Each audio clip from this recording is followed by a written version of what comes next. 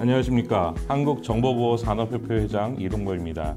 저는 10년 연속해서 세계 최대의 사이버 보안 컨퍼런스인 RSA에 참관을 하고 있습니다. 전체적인 흐름을 파악하고 있고요. 그것을 바탕으로 올해 RSA가 어떤 흐름으로 가고 있는지 기업과 산업의 관점에서 간략하게 말씀드리도록 하겠습니다. 올해 RSA의 주제어는 약간 인문학적 요소가 있는 휴먼 엘리먼트라는 그런 주제어입니다. 사이버 보안의 그 근본은 사람이며 또 사람이 방어하고 사람을 보호하는 것이 필요하다. 그런 인적 요소를 포함하는 보안 문화 조성의 필요에 대해서 강조를 하고 있었습니다. 보안은 더 이상 전문가만의 영역이 아니며 기술, 전문가주의를 벗어나서 좀 더 실제적이고 사용자 위주의 보안이 되어야 된다는 것을 강조하고 있습니다. 실제로 아이폰이나 저희 핸드폰들도 실제 패턴을 사용했던 것보다 실제 사용자들이 쓸 수 있게 지문이나 패턴을 사용함으로써 안면인식 사용함으로써 좀 더 보안이 획기적으로 강화됐다고 합니다. 또한 벤더 간 협업을 통해서 위협에 대응하고 사이버 회복력을 확보해야 된다라고 주장을 하고 있습니다. 보시는 화면은 사이버 디펜스 매트릭스라는 화면이고 그 보안의 단계별 5단계로 나눠 있고 또 보안 영역을 보호해야 될 보안 영역을 5개로 나눠 있습니다.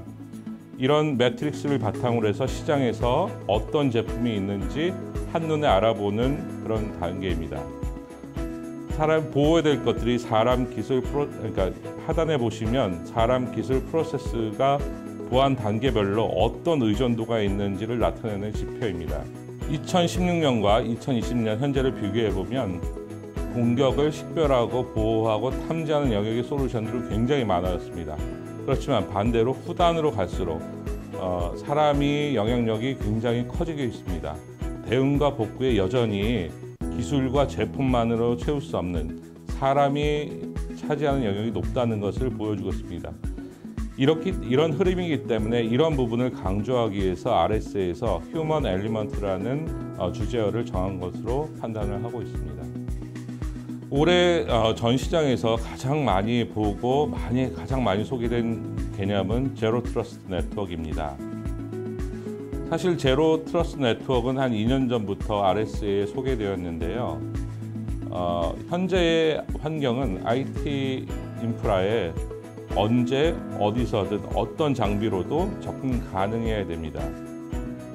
반면에 우리는 IP 중심의 모델에 굉장히 익숙해 있죠. 내부망, 외부망 이런 식의 접근 제어 모델을 사용해 왔는데 현재의 비즈니스 환경은 그것이 별로 유용하지 않다라는 것입니다. 제로 트러스트라는 것은 우리가 기존의 IP 중심의 영역 중심의 모델이 아닌 실제 보호해야 될 데이터와 서비스 중심의 접근 제어 모델입니다. 사실 이번에 참가를 하면서 어떤 부스에서도 랜섬웨어니 APT 공격이 어떠니 이런 공격 이야기를 별로 하지 않습니다. 여전히 공격은 여러 가지 형태로 지속되고 있고요. 다만 이제 우리가 보호해야 될 방어의 관점에서 보면 예전과 다르게 굉장히 하나로 통제할 수 없는 복잡한 그런 환경입니다. 그런 환경이기 때문에 제로 트러스트 네트워크라는 개념이 나왔고 제로 트러스트 네트워크는 공격의 서페이스를 좀 줄이면서 또 비즈니스 환경을 더 플렉시블하고 애자일하고 스케일러블한 환경을 제공하기 위해서 나타난 것이라고 보고 있습니다. 사실 굉장히 많은 업체들이 전시를 하고 있었습니다. 작은 업체에서부터 통합 보안을 추구하는 많은 기업들까지 관련된 기술과 제품의 컨셉을 설명하고 있었습니다.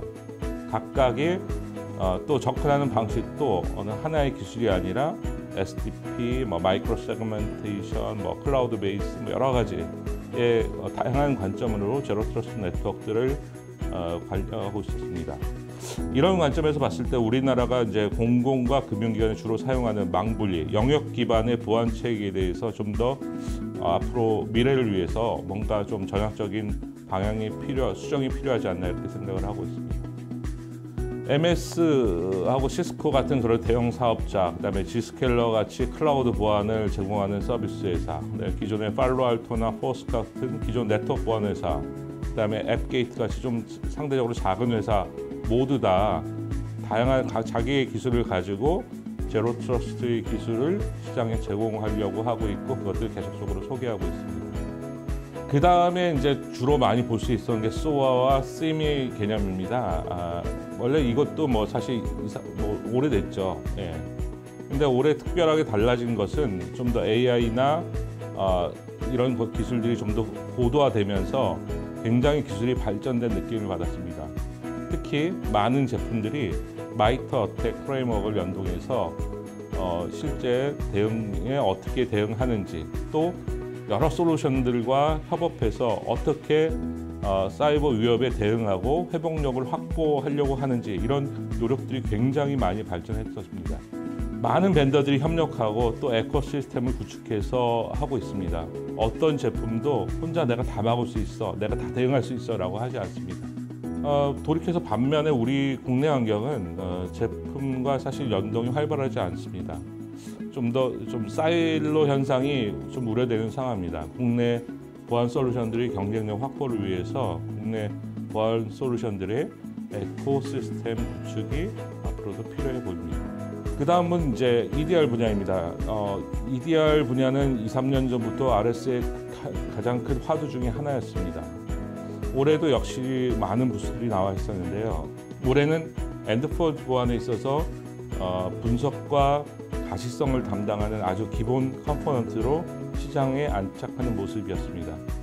글로벌 제품들은 EDR, EPP를 넘어서 XDR을 주장을 하고 있었습니다.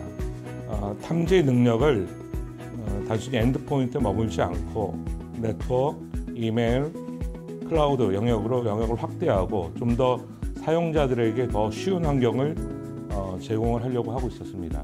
특히 MS가 매직 커런트의 EPP 분야에 선두에 진입을 하고 그들의 약진이 굉장히 두드러졌습니다.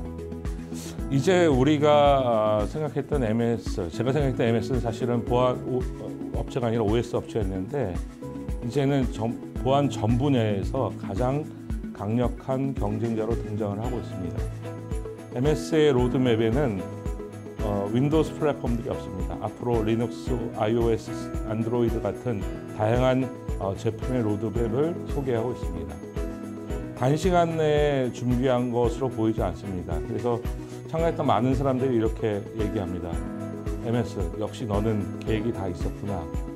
그 정도로 굉장히 보안 생태계의 전체를 흔들 수 있을 정도로 굉장히 확장된 이런 모습입니다. 이 장표를 보시면 클라우드, 모바일, 애저를 기반으로 한 AD, 오피스 365, 솔루션, 서비스, 특히나 보안 위협 대응 서비스까지 보안의 전 영역을 커버하고 있습니다. 앞으로 MS의 이런 방향성에 대해서 국내 업체들도 많이 준비를 해야 될 것 같습니다.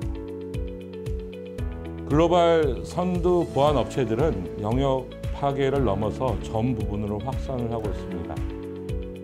원래 미국의 글로벌 보안 회사들은 후발 업체로 M&A 하면서 영역을 확장해 있는데요. 예전하고 달라진 것들은 이제는 보안 벤더 외에도 우리가 알던 기존의 IT 업체들, MS, VM웨어, 엘라스틱 같은 그런 회사들도 보안 업체를 인수하면서 제품을 라인업을 강화하고 보안 시장에 들어오고 있는 큰 흐름이 있었습니다. 마지막으로 한국 간 국가관들을 좀 살펴보도록 하겠습니다.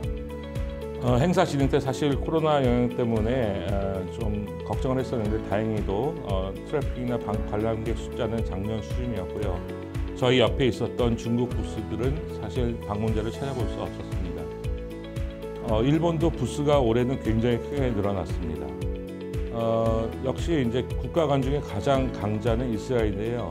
올해도 역시 많은 업체들이 전시를 했었고 또 참관객들이 줄을 서서 있는 모습을 봤습니다. 우리도 이제 한국관 운영에 있어서 이스라엘 모델을 적극적으로 벤치마킹해 보일 필요가 있다고 생각합니다. 한 가지 아쉬운 점은 이노베이션 샌드박스나 얼스테이지 엑스포 같은 데에 국내 기업들이 참가한 스타트업들이 없었습니다. 국내 스킬 스타트업의 발굴, 육성과 관련해서 키사, 키시아, 여러의 보안 관련된 업체들이 좀 협력해서 스타트업들을 발굴하고 육성하고 지원해서 얼리 스테이지나 이노베이션 샌드박스 같은 그런 프로그램에 참가해서 코리아 브랜드, 대한민국의 브랜드를 시큐리티 코리아의 브랜드를 더 만들어가야 되는 그런 노력이 더 필요하다, 절실하게 느꼈습니다. 경청해 주셔서 감사합니다.